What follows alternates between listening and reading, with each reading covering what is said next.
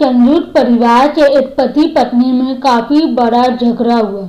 ये झगड़ा इन छोटे मोटे झगड़ों से ज्यादा गंभीर था, जो हर पति पत्नी में सामान्य होता है, क्योंकि इस झगड़े में एक दूसरे की आलोचना करते करते बात इतनी बिगड़ गई थी कि पति पत्नी एक दूसरे से तलाक मांगने तक बातें करने लगे थे।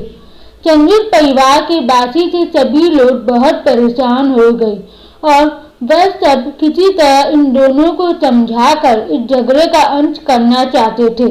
जब सभी के प्रयास काम नहीं आए तो वे लोग पति पत्नी के इस जोड़े को घर से सबसे बुजुर्ग सदस्य रानी दादाजी के पास लेकर गए। जब दोनों पति पत्नी दादाजी के कमरे में प्रवेश किए तो दादाजी ने उन दोनों को बैठने के लिए कहा और फिर पूछा कि बताओ तुम्हारी समस्या क्या है। दोनों पति पत्नी एक साथ बोल पड़े और एक दूसरे पर आलोचनाओं की झड़ी लगा दी। जितनी कमियां पत्नी अपने पति में गिना रही थी, उससे ज्यादा कमियां पति भी अपनी पत्नी में गिना रहा था और कई मिनटों तक ये सिलसिला चलता रहा। दादाजी ने भी इन दोनों को नहीं रोका और इनको अपना अपना गुस्सा एक दूसरे पर उतारने दिया। आखिर में जब दोनों एक दूसरे की बीमारियां करके थक गए और शांत हो गए, तब दादाजी ने उन दोनों को कहा, अब दोनों एक दूसरे की कुछ अच्छाइयाँ बताओ। तब जब दादाजी बताने का समय आया तब दोनों ही पति और पत्नी एकदम से चुप हो गए। शायद गुस्से में उन्हें कुछ याद नहीं आ रहा था या फिर गुस्से की वजह से ही वह एक दूसरे की अच्छाइयाँ बताने नहीं चाहते थे। दादाजी ने ये बात भी महसूस कर ली। थोड़ी देर तक जब कोई भी नहीं बोला तब दादाजी ने कहा, अच्छा ठीक है, ये लो पेपर और पेन और एक दूसरे की अच्छाइयाँ इसमें लिखो। पति पत्नी दोनों ने ही पेपर और पेन लिया और एक दूसरे से काफी दूर जाकर बैठ गए। थोड़ी देर तक ना पति ने कुछ लिखा ना पत्नी ने। फिर पति ने पेपर में कुछ लिखना शुरू किया। उसे देखकर पत्नी ने भी अपने पेपर में लिखना शुरू कर दिया।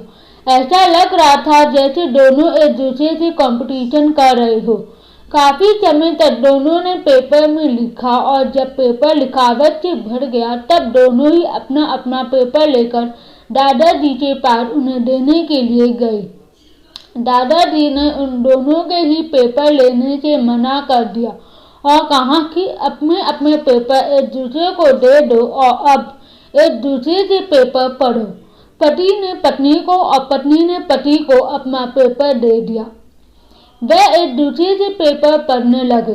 थोड़ी देर बाद पति और पत्नी दोनों की आंखों में आंसू थे। पेपर में अपने बारे में लिखी अच्छाइयाँ पढ़कर पत्नी तो फूट फूट कर रोने लगी। पत्नी को रोता देखकर पति उसे चुप कराने के लिए दौड़ पड़ा और माफी मांगते हुए उसे मनाने लगा। पत्नी ने भी पति की माफी मांगी और माहौल ऐसा हो गया जैसे कभी कोई झगड़ा हुआ ही नहीं था। दोस्तों, कमियां और खूबियां जगत के हर इंसान में होती है। अब हमारे ऊपर होता है कि हम कमियां देखकर अपने जीवन को नरक बना ले या खूबियां देखकर अपने जीवन को स्वर्ग बना दे।